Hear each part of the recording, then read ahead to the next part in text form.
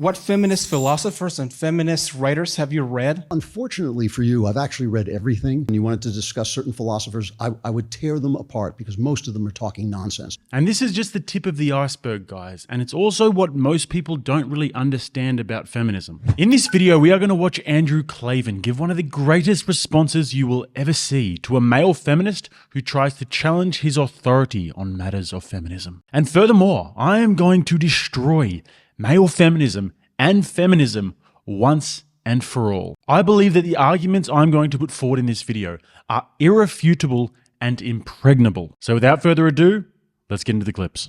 You have also said things like feminism seeks to transform women from first-rate women into second-rate men. The very fact that women wear leggings tells you that's something the female body is meant to attract. Feminism has created this generation of women who think they matter because they're women, who think their ideas matter because they're women. You've also said, whenever women speak to me, I pretend to listen, then I pretend that they make sense. You've also said... Wait. You threw in a joke there. Hold on. I was with you up until that one. I think that one was a joke, yeah.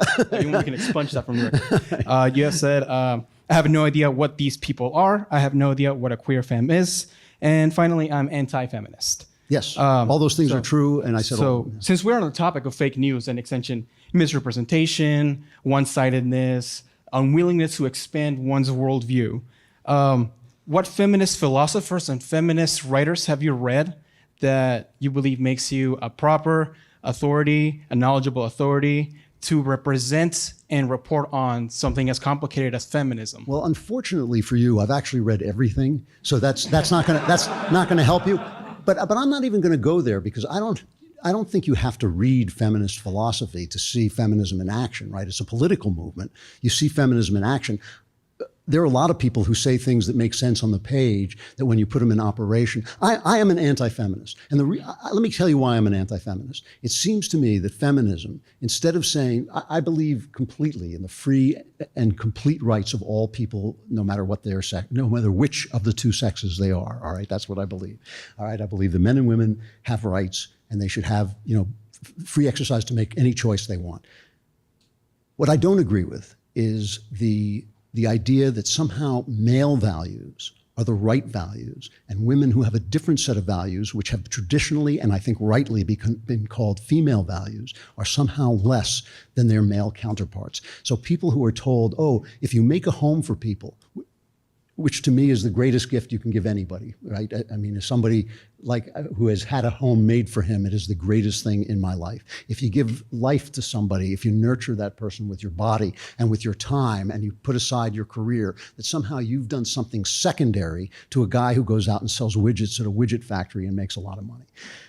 That to me is what feminists have essentially maneuvered themselves into, and I disagree with them completely. I think that one of the great joys of life is that there are men and women. I think that this is one of the blisses of life, and they've made it a problem. Firstly, if you are a fully grown man with meat and 2 veg, and you are sitting around in your living room reading feminist theory for any other reason besides the fact that you want to know exactly what we are up against, then I'm deeply concerned for you. But I also do look at individuals like this gentleman with a sense of empathy for his situation, because I understand that there is a deeply primal urge that is manifesting within him. So let's talk about male feminism from the evolutionary biology standpoint for a second. There's a term in zoology that refers to a mating strategy, and this is not me being crass. This is the actual term for it. It's called the sneaky strategy. And this is something that Gad Saad talks about in chapter 2 of his book, The Parasitic Mind, which if you have not read yet, please put it to the top of your reading list. This is the anti-woke Bible. So I'm going to leave that pinned at the top of the comments for you. But the crux of the idea is that there are a range of species, from cuttlefish to deer to gorilla, where there are 2 different types of male phenotypes. There is a larger, more dominant male that's a leader of his harem and a protector of his territory, and then you have the less dominant, more subordinate male. Now, obviously this means that the more dominant male has all of the mating access to the women in the harem. So what the less dominant phenotypes will do is actually disguise themselves as females, so that while the dominant males are all fighting physical combat to secure a mate, they are able to blend in and sneak past and successfully mate with the females. Hence the name sneaky strategy. Now, I believe that this is exactly what we are seeing from an evolutionary sense with male feminism. Adult human males are essentially adopting the sneaky strategy by reading feminist literature, taking issue with the pay gap, using tote bags, wearing bright coloured clothes, attending brunches with the gals, giving lifts to the airport, a shoulder to cry on, and wearing pussy hats and going to feminist rallies where they just blend right in. This way, they're not seen as a threat by the more dominant males, and thus their devious plan is in motion. And now that I've cleared that up about the male feminist instinct and what is truly behind it, let's have a look at the rest of what Andrew Clavin had to say to this gentleman, and then I will give you my comprehensive thoughts on feminism and what the real sinister motive is behind the movement, from their own words. Before we get into the next clip, guys, I do hope you take a second to like the video and also subscribe to the channel. And if you are subscribed, make sure you're still subscribed, because YouTube has been unsubscribing a heap of people from my channel. So with that, let's get back into the clips. Now, listen, you can go back in history and there was some point, probably around the 60s, 70s, when I would have agreed with them, when I did agree with them. But they have gone beyond that. They have gone beyond that to a point where I think they are anti-male, but they're anti-male, but they're also anti-female.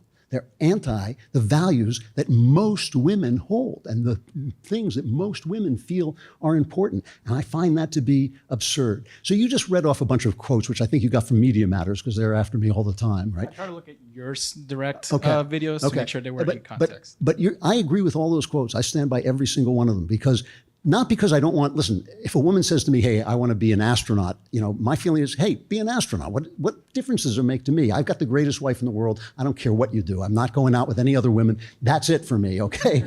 So I'm good. Please make the choices that you want, but don't let people tell you that your secret dreams, your deepest dreams are somehow invalid because they don't serve their political purposes. That is my problem with feminism as a political movement, okay? And if we had time and you wanted to discuss certain philosophers, I would tear them apart, because most of them are talking nonsense. Simone de Beauvoir, who said, one of the founding philosophers of feminism, you would agree, right? Yeah. She said that women should not be allowed to stay home and raise children because too many of them would make that choice. And I have a two-word answer to that, which I won't tell you.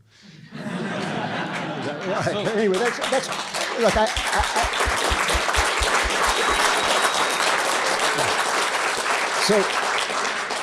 So anyway, I mean, I think we have to agree that the attacks on men, remember, attacks on men are also attacks on little boys. Okay, when you talk about toxic masculinity, that's somebody's son you're talking about, right? And by the way, there's all kinds of toxic people in the world. Everybody, we're all broken people. We all fall short of the glory of God. So nobody has a lock on being a creep. Okay, nobody. I mean, I've known all kinds of creeps of every color, every sex, everything you can be. They're creeps. Okay, but to say that people are, call people toxic because they're male, it's disgusting. It's a disgusting way to talk to people, and it's a disgusting way to talk to half the human race. And look, if I heard people saying that stuff about women, and I sometimes have, I've told them the same thing. Brilliant response there by Clavin. Now let's talk about my favorite topic of all, feminism. And Clavin is completely right when he's saying that these feminists talk nonsense. And when you think of feminist literature, you might think the right to vote and equal opportunity, right? Wrong. At the very core of the feminist doctrine lies the idea that the nuclear family is a tyranny, and that women must be liberated from this tyranny, and once they are, they will take their rightful roles as the CEOs of major companies and point guards in the NBA. And here are a few quotes that demonstrate this from prominent figures in feminist literature. Kate Millett says the complete destruction of the traditional marriage and the nuclear family is the revolutionary or utopian goal of feminism. Linda Gordon says the nuclear family must be destroyed. Whatever its ultimate meaning, the breakup of families now is an objectively revolutionary process. And this is just the tip of the iceberg, guys, and it's also what most people don't really understand about feminism. Feminism and Marxism go together like Netflix and chill. There's a whole literature on feminist Marxism where they believe that capitalism and the introduction of private property are the reasons that women are subordinate to their husbands. Because of course we know that before capitalism, women were the ones who wore the pants and fought off the barbarians and were the frontline warriors in battle. And they also believe that their economic dependence within a family structure is oppression, which is also true because throughout history, when men were doing backbreaking work, plowing fields and working in coal mines and dying in wars, the misconception is that their objective was to feed their families and ensure their survival, when really the men's objectives was actually just to oppress women. So with all of that in mind, according to feminist theory, the only way that women will ever be truly liberated is when capitalism is dismantled, thus dismantling the nuclear family. So women can finally be released of their shackles and play in the NBA. It's the highest level of basketball, and if you love basketball, you love the WNBA. Here comes Lloyd. Howard looked like she got away with an illegal screen on Turner. Howard finished. And this also goes to show why they demonize motherhood so much. It goes against the ideology if women actually want to stay at home and serve their families. Now, you might be wondering, what kind of a miserable, godless ideology would want to do away with the transcendental magnificence of motherhood and family? Certainly not a good faith one. This would be akin to if there were a movement telling men that being physically strong, ambitious, stoic, competent leaders was somehow a bad and toxic thing. Oh wait, feminism's doing that too. And that just goes to show that feminism ruins everything. So with that, guys, make sure to hit those links in the top of the comments. Find me on Twitter. I've been using Twitter more recently. I've been learning how to use it, and I think I'm doing okay. So come and connect with me on there, on Instagram, all those great places. And if you want to come and watch, and if you want to watch another video, click right here. Until next time, I'm Jake. This is Rattlesnake TV, keeping you armed and dangerous.